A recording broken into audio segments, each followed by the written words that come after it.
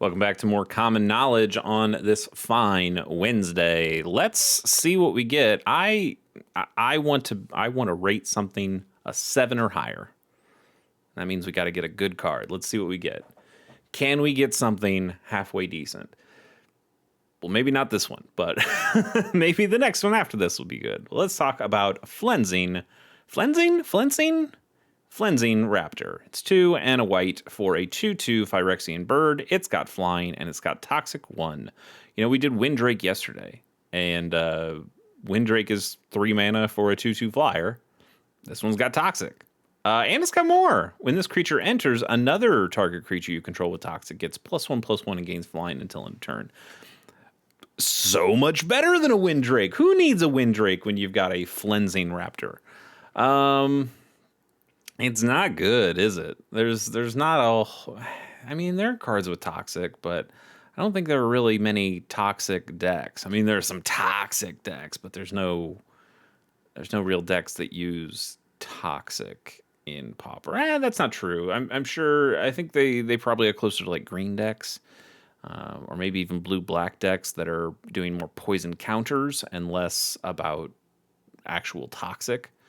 But toxic's not a terrible ability. Just when you deal damage, the person also gets a poison counter. So this thing still does damage, unlike Infect that deals its damage as poison counters. So you kind of are winning 2 different ways, but you're also spreading out the winning of 2 different ways thinner. So because you need 10 poison counters, but you start with 20 life. So if you just attacked with this thing 10 times, well, you kill them with both command or both regular damage and poison counters at the same time. That's just a little slow. You know, a 10-turn clock, it's not quite good enough. I guess, you know, you could give another creature something, but it doesn't even give it extra toxic, or it just gives them a little power boost and flying. It gives them evasion too, but I mean, ultimately, like, this is clearly better than a Windrake, right? But at the same time, is it that much better than a Windrake? We gave Windrake a 2. Let's give this a 2 point. I wanted to give it a 2.2, but I can't even do that. It's just a 2.1. It's not very good. Let's talk about Daru Stinger. He's 3 and a white for a 1/1 creature soldier. He's also got Amplify. So as this creature enters, you can put a +1/+1 counter on it for each soldier card you reveal in your hand. Interesting. And you can tap this creature to say this creature deals damage equal to the number of +1/+1 counters on it to target attacking or blocking creature. That's generally how white deals its direct damage. It's got to be conditional in that way, and having a creature attack or block is normally the way it does it, or at least it's the way it used to do it. I don't. It does a little bit these days, but I think they've kind of just gotten away from that. Generally, now they'll find ways of destroying a tapped creature or exiling an attacking creature or something like that.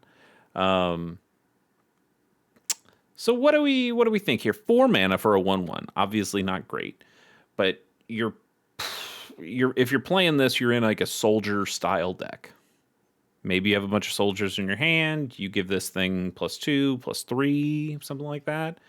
And now you're able to just ping down creatures for 2 to 3 damage time. That's okay.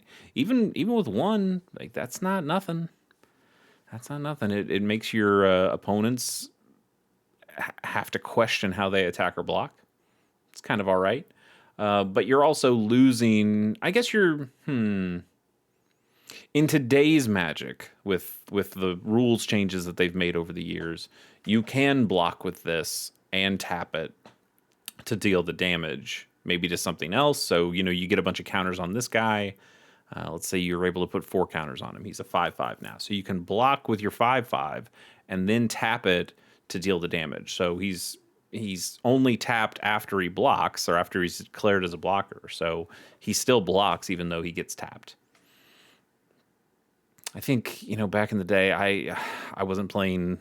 I mean, I was playing Magic then, but I wasn't rules. I was young enough where I wasn't paying attention to the rules. I remember my friends and I didn't even really know how Trample worked, and we're definitely playing Trample wrong every time we played. But damage went on the stack, so this thing would probably still die if you tried to block and then deal its damage. I mean, it's not, at the end of the day, it's not great. You're spending 4 mana on essentially a 1/1. If you're going that late in the game where you're playing a 4 mana creature, you might not have a ton of cards in your hand anymore. So how many soldiers are you really revealing? Those soldiers are probably cheaper than this guy. So why didn't you play those soldiers beforehand on previous turns? I think he seems a lot better in a vacuum than he does when you really start to consider how this would work in your deck. And that dings it quite a bit. Stings it quite a bit. Hey, look at me. Let's give this a 2.4. Yeah, 2.4 makes sense to me. Embermouse Sentinel. This is from Tarkir Dragonstorm, which I played that limited, earlier this year. Do I remember anything about this? Not really.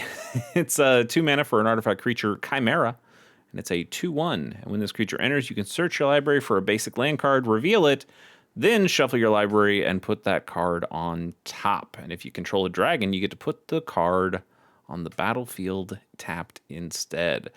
There are a lot of cards that feel very disappointing that go find a basic and then put it on top of your library. And those almost universally feel terrible because your draw is just going to be a land. And sometimes you'll want a land.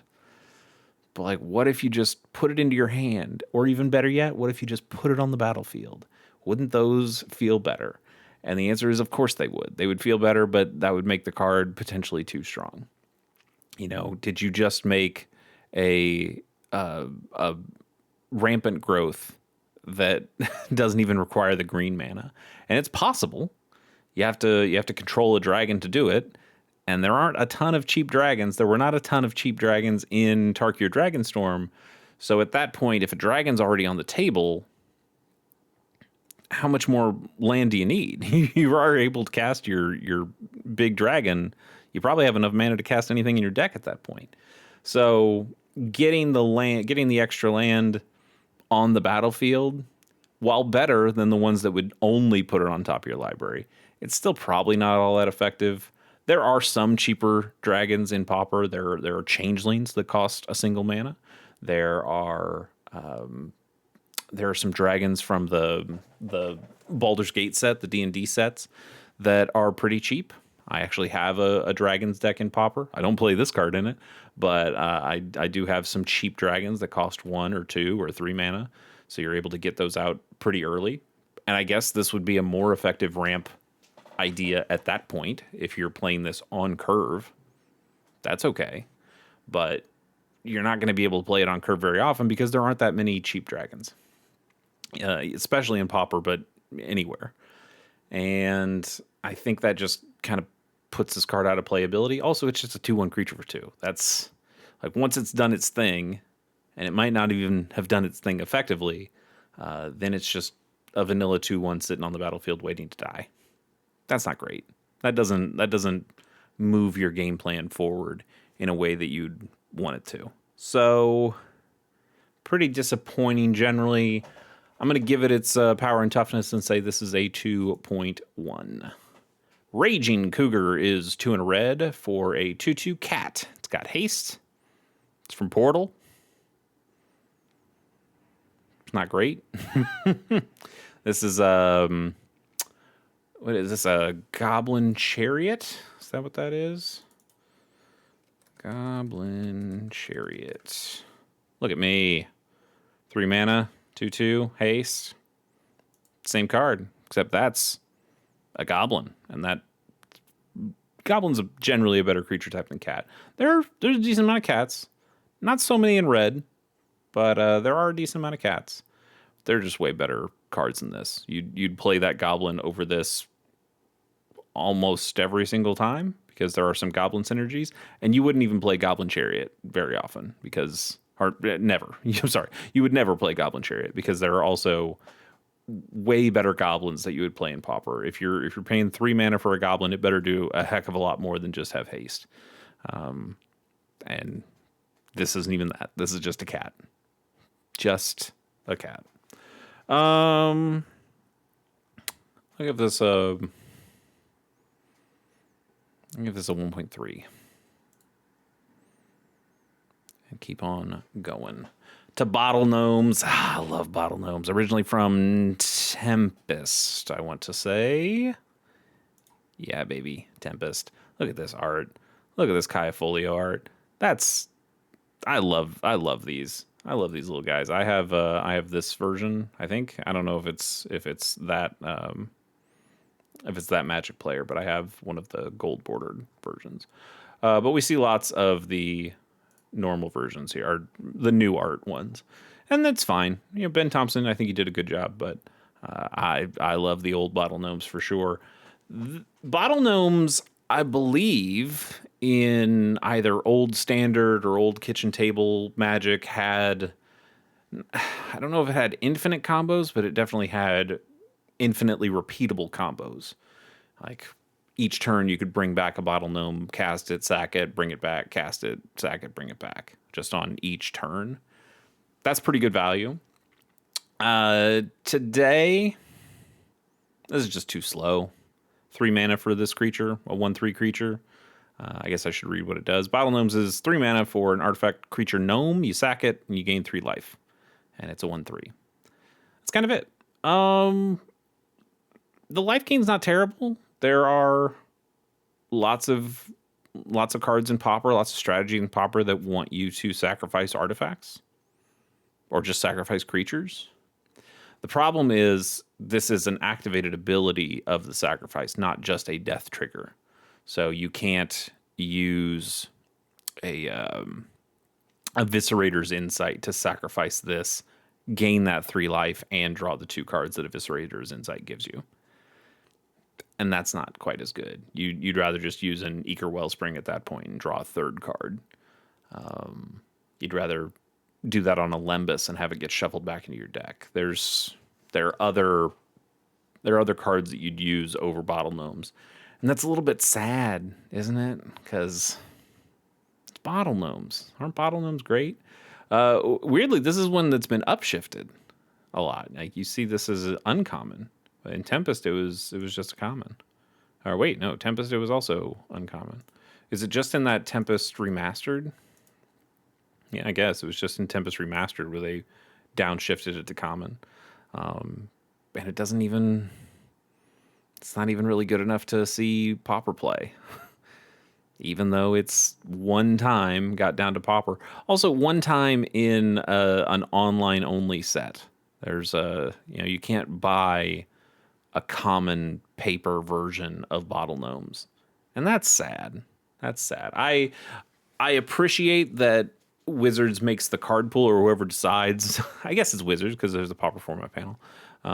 They're led by somebody from Wizards, but it feels like kind of a separate thing. So I like that there are other ways of getting cards downshifted into Pauper. You can do these online only cards and downshift them. But as a person who likes playing Pauper in paper, I also want all of my paper cards to have the black set symbol on. I want to prove to everybody these are commons. It feels weird to play an uncommon or even a promo-y rare version of a common card or of a Pauper card. I have it in a couple decks. I have my my Thraben Inspector promos that are the the mascot of this channel, I guess, unofficially. But yeah, I prefer my Pauper cards to have the black set symbol, and Bottle Gnomes doesn't. So that's why I don't play it. Not because it's unplayable in Pauper, but for that reason. We got to give this guy a score. It's not going to be particularly high. I'm going to give it a 2.3. I do love this little guy, but not enough to really play it anywhere. Eddie Trail Hawk is 1 and a white for a 1/2 bird. It's got flying. And when this creature enters, you gain 2 energy. Energy are some counters that you as the player get. And then you can spend them on various things, mostly from Kaladesh. I think I know they came back in Modern Horizons 3.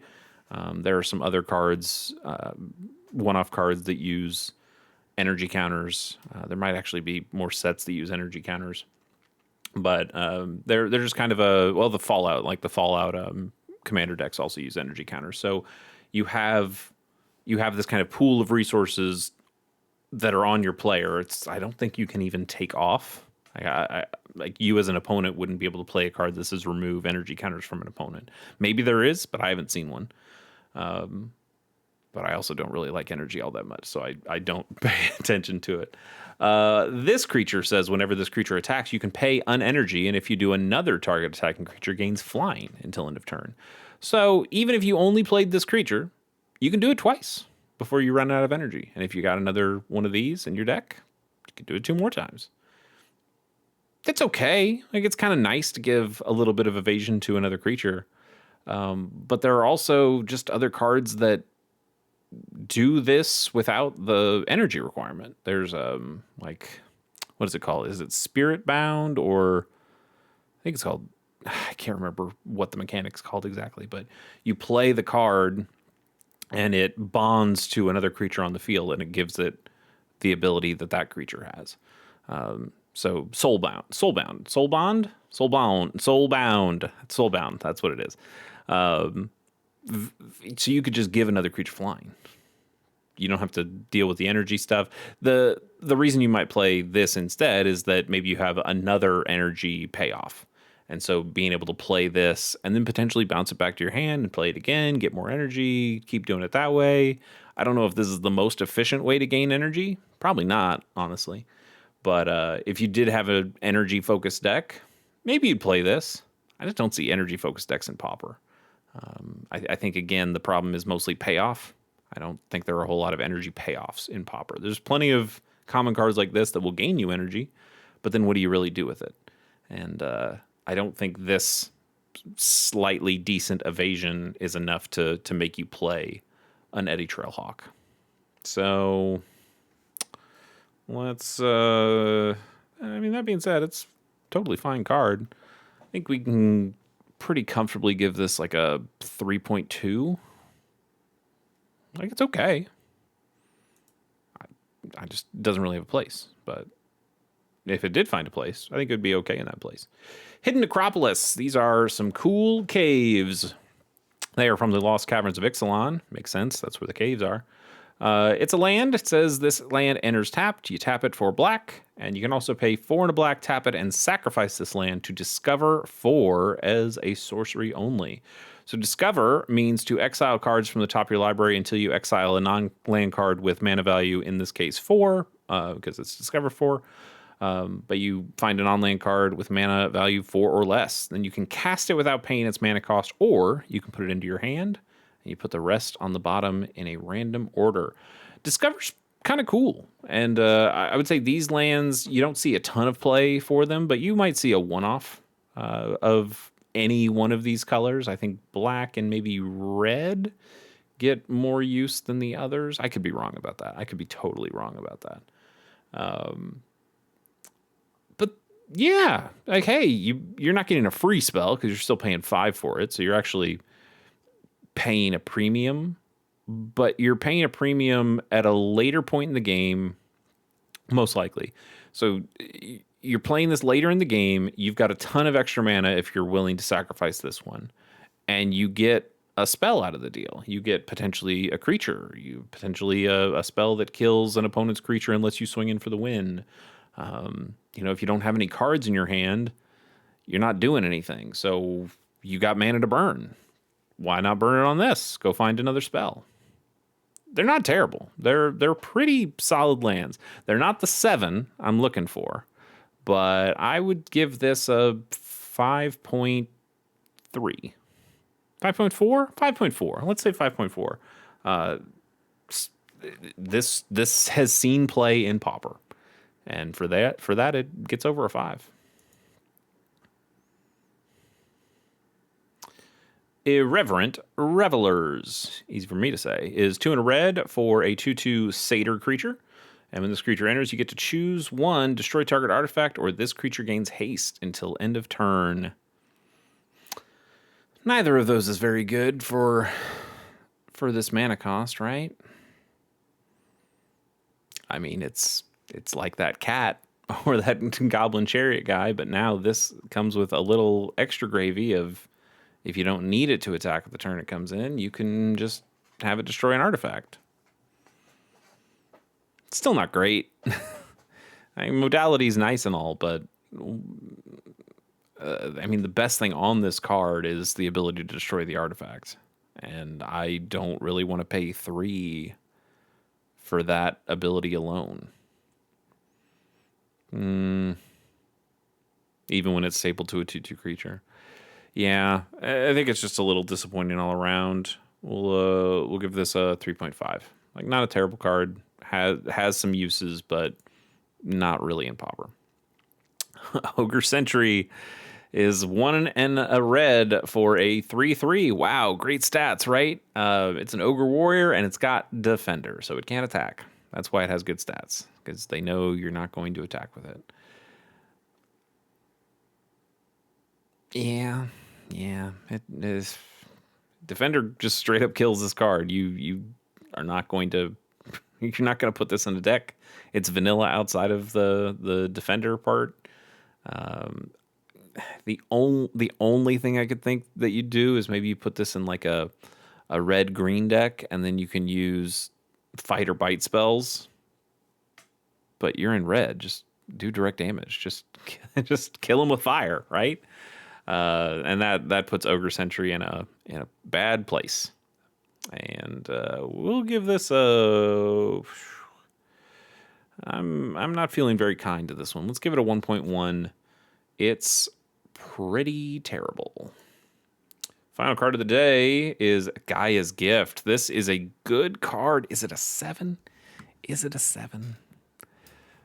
No, I don't think it's a 7. But man, I think it's going to be over a 5.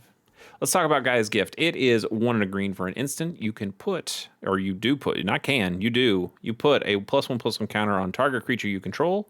That creature gains a reach, trample, hexproof, and indestructible until the end of turn. So hexproof is it can't be the target of spells or abilities your opponents control.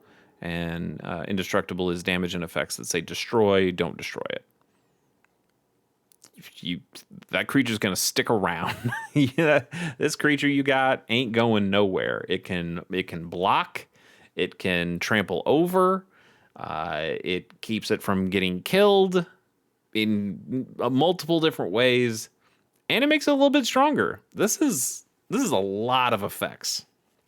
A lot of effects for 2 mana. Pretty good. And that's why, for a common card, it's almost $1. Almost $1 for this card. This is a fantastic commander card in most green decks. Just having basically all the protection you really need. I mean, sure, Heroic Intervention is 2 mana to make all of your permanents hexproof and indestructible. That is just better, but you can really only have 1 copy of Heroic Intervention. And Gaia's Gift is, even though it's the same mana costs, gives you a little bit more for your single creature. That's sometimes worth it, especially if you're in like a Voltron kind of deck. In Pauper, I'd say any one individual creature's a lot less important. So you don't see a whole lot of Voltron-y kind of strategies in Pauper.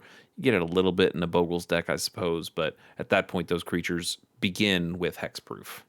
And you don't really need this card, right?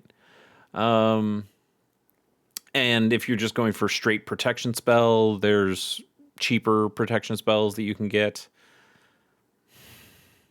Some of these kinds of cards will also have a little bit different kind of modality. Maybe they can exile a card from an opponent's graveyard, which could be potentially useful, especially in Pauper where graveyard hate's really important. This is all just putting your money on one creature for 1 turn that you wanted to get more powerful, that you wanted to stomp over, that you just wanted to live.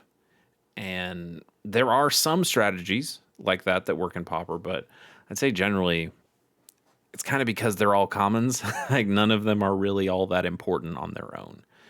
It's about accruing value over the course of the game through multiple cards, and that makes a more costly protection spell like this a lot less appealing than just a Snakeskin Veil that gives it hexproof in the 1/1 counter for a single mana, for a single green mana. So I like this card. I think I'll give it a 5, just a 5 on its own, in that it has a lot of utility, it has a lot of strength, but it doesn't quite see play, but I think it kind of should if you have a strategy that aligns with it. I just haven't seen that strategy yet, but it would not surprise me to see a 1 of or even a 2 of in a sideboard if somebody thought that this might be a useful card for them. Anyway, that is what we got. We didn't quite get to that 7. Maybe we'll get to that 7 next time. Maybe we'll find a card that I've actually played in one of my Pauper decks. And you know, tell me if you would be interested in this. I've got, I think, 9 Pauper decks right now, and that number could easily get into the double digits relatively soon. I'm certainly building and buying a lot of Pauper decks these days. But if you want to see maybe like a tour of one or more of my Pauper decks, maybe I can pull up like a Moxfield link and take you through one and talk about why I chose some of the cards that I did. I don't know, that could be fun. But until then, we'll wait till tomorrow and look at some more Pauper cards at that time. See ya.